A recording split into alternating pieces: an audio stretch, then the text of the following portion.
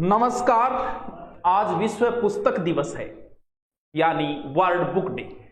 पुस्तक दिवस पे कुछ बोलने का मन हुआ कि पुस्तक को कैसे पढ़ा जाए, पुस्तक पढ़ने में हमारा मन क्यों नहीं लग पाता है। वो एक शायरी जो पुस्तक डे है, जो वो शेक्सपियर का आज के दिन निधन हुआ था और उसी की याद में ये पुस्तक दिवस मनाया जाता है।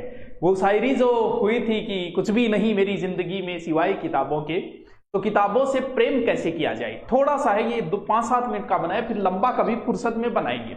हम किसी भी पुस्तक को नहीं पढ़ पाते, इसके पीछे कारण होता है हमारी अज्ञानता। अज्ञानता का मतलब ये हुआ कि हम ऑलरेडी बहुत बड़े ज्ञानी हैं। हर व्यक्ति के दिमाग में एक बात हर व्यक्ति के दिमाग में रहती है कि ज्ञान के मामले में मुझसे ज्यादा किसी के पास नहीं, ज्ञान सबसे ज्यादा मेरे पास है, जबकि पैसे सबसे ज्यादा उसने कमाए हैं। यानी हम लोगों की ये पूर्व धारणा है। आजकल क्या होता है कि जो व्यक्ति के पास ज्ञान उपजता है ना, उसके लिए एक प्लेटफॉर्म मिल गया हमारे पास, जैसे फेसबुक है, व्हाट्सएप है, टेलीग्राम है। उसके ऊपर हम अपना ज्ञान भगाड़ते, हमें नॉलेज कुछ नहीं है। जैसे आजकल कोरोना का समय चल रहा है, तो उसमें कुछ लोगों के मैंने शुरू से ही देख रहा हूं, हम मंदिर मस्जिद बनाए थे, अस्पताल नहीं बनाए, ये उन लोगों को पता नहीं है। हर चीज दुनिया में किस देश में मंदिर मस्जिद चर्च गिरजाघर नहीं बने? क्या अमेरिका में नहीं बने? क्या जापान में नहीं बने? क्या सिर्फ भारत में मंदिर मस्जिद बने? क्या जापान में चर्चे नहीं है? क्या अमेरिका में नहीं? उन्होंने, अब आपको पता है जब लॉकडाउन हुआ था तब क्वारंटाइन सेंटरों की आवश्यकता हुई थी, और जितने भी मंदिर मस्जिद सब थे उनके पास में जितनी भी धर्मशालाएं बनी हुई थी, मंदिर परिषद ने वो धर्मशालाएं क्वारंटाइन बनाने के लिए दे दी गई। ये चीज उनके दिमाग में नहीं आती। क्यों? क्योंकि वो ऑलरेडी बहुत बड़े ज्ञानी होते हैं। अज्ञानता हमें कभी भी पढ़ने नहीं देती है। कैसी अज्ञानता? पुस्तक के प्रति अज्ञानता। यानी हम किसी किताब को एक बार पढ़ ले, उस किताब को दोबारा क्यों नहीं पढ़ पाते? बस वही हमारी अज्ञानता है, वो है हमारी पूर्व धारणा। हमने दिमाग में पहले ही बना लिया कि इस पुस्तक को तो मैंने पढ़ लिया, ये पुस्तक तो मुझे पूरी आती है। ये पूर्व धारणा आपको पढ़ने नहीं देती। क्या पूरी पढ़ ली? क्या उसमें ऐसी एक भी चीज नहीं है जो तुम्हारे पढ़ने लायक हो?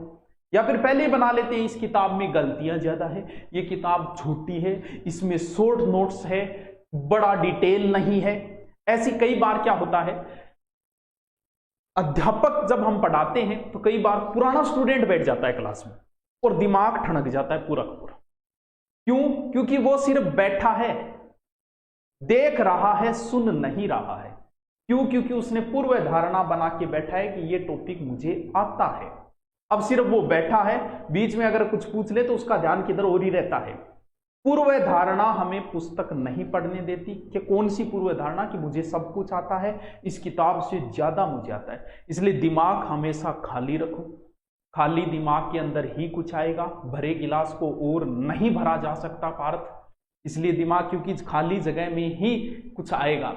दिल में कोई जगह है तो ही तो कोई आके बैठेगा, तभी तो पूछा जाता है। पूछते नहीं क्या है क्या कोई? बोल कौन नहीं तो मुझे जगह दे। क्यों? क्योंकि अगर खाली जगह, तो दिमाग को खाली रखो कि मुझे कुछ नहीं आता, इस पुस्तक में बहुत ज्ञान है, इस पुस्तक को मैं पढ़ूंगा।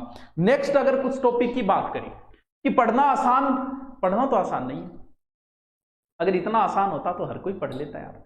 दुनिया के कितने प्रतिशत लोग पढ़ते हैं? कुछ लोग जरूरत से पढ़ते हैं। तुम इसलिए पढ़ रहे हो आज मेवाड़ मारवाड़ का इतिहास कि तुम्हें नौकरी लगना है। अगर नहीं लगना होता तो तुम कभी नहीं पढ़ते इनके बारे में। आज तुम रामायण महाभारत इसलिए नहीं पढ़ रहे कि आपके सिलेबस में नहीं, अगर लगा दी जाती तो तुम पढ़ते, मजबूरी में पढ़ते हैं। 2% ऐसे लोग होते हैं। यानी आपसे मैं कहूं क्यों पढ़ रहे हो, तो आपका जवाब होगा कि ज्ञान बढ़ाने के लिए। ऐसा जवाब नहीं, हमारी जरूरत है, हमें नौकरी लगना है इसलिए पढ़ रहे हैं। तो पढ़ना कहीं आसान तो है नहीं। तो फिर मन लगाएं, तो फिर किताबों में मन कैसे लगाएं? बात यही तो है। बात यहां मन लगाएं तो किताबों, ये मन जो है ना, वो है तो हमारे वश में ही, लेकिन ये कई बार हमें वश में कर लेता। हमारे शरीर के सभी अंग जो है वो हमारे कहने पे काम करते, हाथ पांव आंखें जो भी है। लेकिन ये मन ऐसा है कि जो कई बार हमसे आगे निकल जाता है, और ये हमें अपने वश में। मन एक ऐसे, अब आपकी बात यहां देखो, मन व मस्तिष्क, ये बड़ा विवाद है कि मन और मस्तिष्क एक ही है कि दो के है। किसी डॉक्टर से कहोगे तो डॉक्टर कहेगा भैया मन नाम की कोई चीज नहीं है। आप मस्तिष्क कहोगे तो मैं तेरा अभी निकाल के दे दूंगा और तेरा हाथ में पकड़ा दूंगा, ये ले मस्तिष्क। लेकिन मन के बारे में मुझे नहीं पता। कुछ विद्वान मन और मस्तिष्क को एक ही मानते हैं, लेकिन हम चर्चा करें कि क्या मन और मस्तिष्क एक ही है क्या? पहले इसकी व्याख्या तो करें। देखो, मार्केट में गई, किसी पुस्तक को आपने देखा, किसी किताब को आपने देखा, देखते ही दिमाग में आया कि ये तो उस लेखक की है। ये बात दिमाग में आई, ये बात आपके दिमाग में आई है, ये पुस्तक। अब आपके मन में कौन सी बात आएगी कि इस पुस्तक को मैं खरीद लूं, शायद मैं नौकरी लग जाऊंगा। ये बात आपके दिमाग में नहीं आई है, ये बात आपके मन में आई है। फिर आई कि इस पुस्तक का लेखक वो है जो वहां पर पढ़ाता है। ये बात आपके मन में नहीं आई है, ये बात आपके दिमाग में आई। मन और दिमाग दोनों अलग चीजें हैं। वैसे मन का कोई अस्तित्व नहीं है शरीर के अंदर, भी फेफड़ा निकाल के दे सकते हैं, DIL निकाल के दे सकते हैं, मस्तिष्क निकाल के दे सकते हैं, लेकिन मन निकाल के नहीं दे सकते। लेकिन फिर भी कहीं ना कहीं ये दोनों चीजें हैं तो अलग अलग। मन हमेशा ये चाहता है कि इजी काम किए जाए। आपको मन उस काम की ओर ले जाएगा जो काम करने में आसान है, क्षणिक सुख की ओर ले जाएगा। कैसे सर? क्षणिक सुख का मतलब जैसे आप बाजार में जाओ, एक तरफ समोसे की दुकान है और एक तरफ फल फ्रूट की है, तो आपका मन कहेगा भैया समोसा खा ले, क्षणिक सुख दे रहा है। जबकि भविष्य का सुख तो है कि भी समोसे वगैरह खराब करते हैं शरीर के लिए। सुबह 4 बजे उठो, आपका मन कहेगा रहने दे यार, किसी उठे पड़े हो नहीं। क्यों? क्योंकि क्षणिक सुख को कह रहा है, मस्तिष्क नहीं कहेगा ये बात आपका मन कह रहा है। क्यों? क्योंकि मन जो है वो अच्छे कार्य की ओर ले जाता है, क्षणिक सुख की ओर ले जाता है। अच्छे कार्य नहीं, क्षणिक सुख। उस समय किस चीज में आनंद प्राप्त हो रहा है? सोने में आनंद प्राप्त हो रहा है, तो मन कहेगा सो, मस्तिष्क कहेगा अरे पढ़ ले। मन और मस्तिष्क जो है उसको परिभाषित अगर हम करें तो दोनों बहुत अलग अलग चीजें हैं। लेकिन साइकोलॉजी में हो सकता है एक चीज मान ली गई हो, विज्ञान के अंदर मन का वैसे कोई अस्तित्व नहीं है।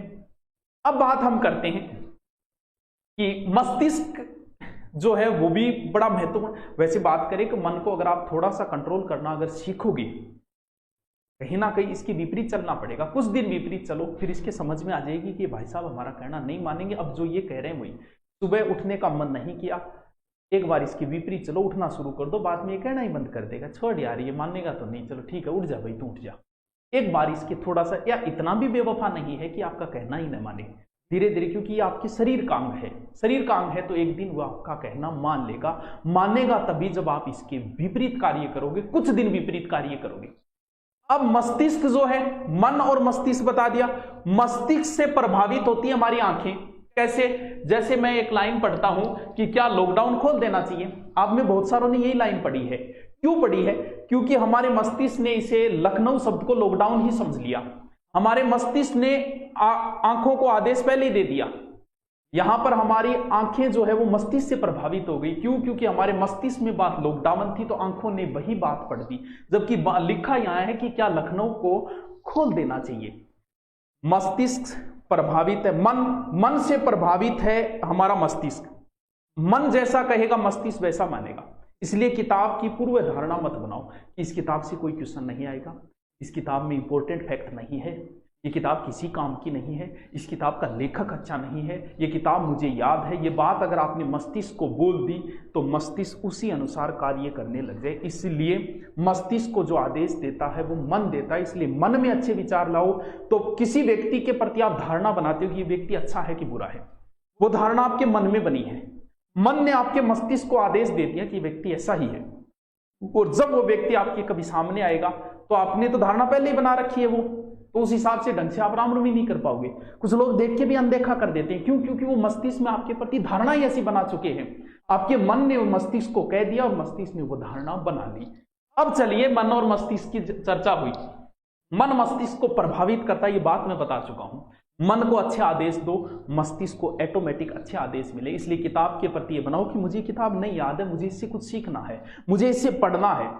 मैंने पढ़ी हुई है फिर भी मुझे कुछ ना कुछ नया मिलेगा, मुझे फिर पढ़ना है, मुझे नहीं याद है ये किताब। ऐसे आदेश अपने मस्तिष्क को दो तो मस्तिष्क उन्हीं आदेशों का पालन करेगा।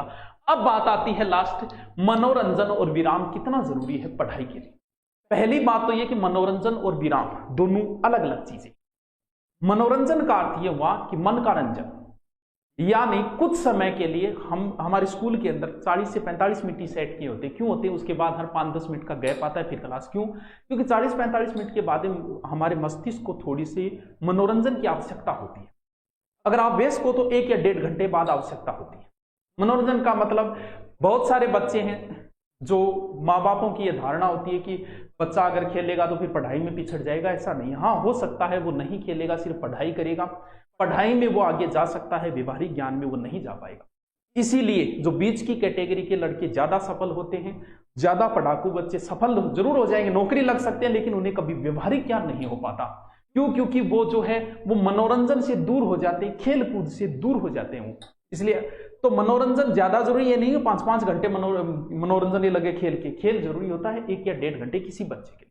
आवेश को तो इसकी भी इतनी आवश्यकता नहीं है। अब बात आती है विराम देना। मनोरंजन में गीत आ सकते हैं, डायलॉग आ सकते हैं, कॉमेडी आ सकती है और कोई अच्छी शायरी आ सकती है, मनोरंजन है। अब बात आती है विराम।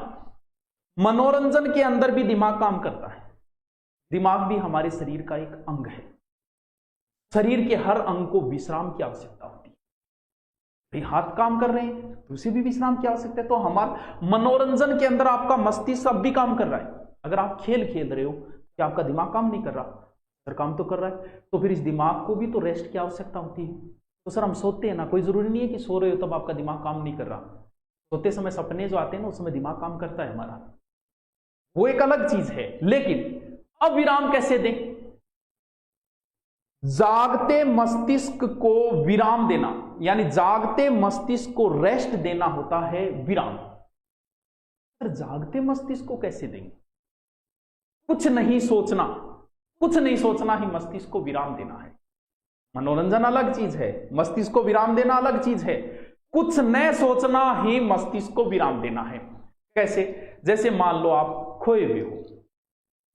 कई बार हम खो जाते हैं, हमें यह भी नहीं पता होता कौन देख रहा है। आज हमने उन्हें जी भर के देखा, न जाने वो किन ख्यालों में खोए थे।